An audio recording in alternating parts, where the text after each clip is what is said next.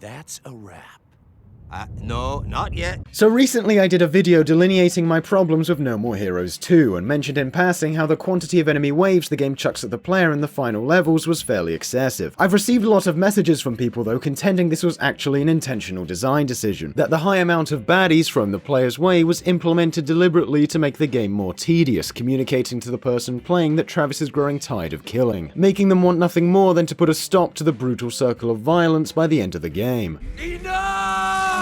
It's a fair interpretation. Travis is forced to repetitively kill an obscene amount of enemies at some points, and I'd be lying if I said that doesn't somewhat put the player on the same page as Travis in terms of how he's viewing the constant murder. The thing is though, this is just an interpretation. Who's to say if it really was the devs' intended approach? Who knows, maybe it was the approach, but only implemented late in development to skimp a bit on the design of the later levels. But let's assume for a moment it was Grasshopper's 100% sincere choice to design the late enemy waves to be purposefully excessive. If this were the case, the game still doesn't play very well to this choice. Corralling Travis in an enclosed area and making him fight a bunch of enemies for 10 minutes may make the player feel like the murder is becoming tedious, but since it isn't addressed at all in that level, then one has no way to associate that emotion with the way Travis is feeling, and will inevitably just think the game is being unintentionally boring. The only time this sort of approach kind of worked was in the rank 2 level. Progressing through this really long stage, killing innumerable enemies while chilling out to its soothing colors and mellow music really desensitized me towards the end, and led in nicely to Travis's outburst over the sickening role the Assassin Association plays. But other than in that one case, the tedious amounts of grunts you're forced to take down never really struck a chord with me in the same way it did with others, because mostly the title didn't really bother tying it into the themes at the time it was launching these ridiculous waves my way. Considering there's nothing much tedious about the rank 3 level, the stage that takes place between the rank 4 and rank 2 levels, both of which have a large number of enemies, even the pacing of this intentional tedium is questionable. Anyhow, making something in a game deliberately substandard for the sake of having the player feel a certain way is a design choice that is very hard to pull off effectively. And even if it was what No More Heroes 2 was going for, I can't say it nailed it anyway. Even if Grasshopper planned this all out like some are theorizing, would have I preferred a better game than a message delivered to me in a plot that already had a bit of an identity crisis? I've got to say yes. Nevertheless, it's very interesting to see people discussing, so feel free to continue the debate.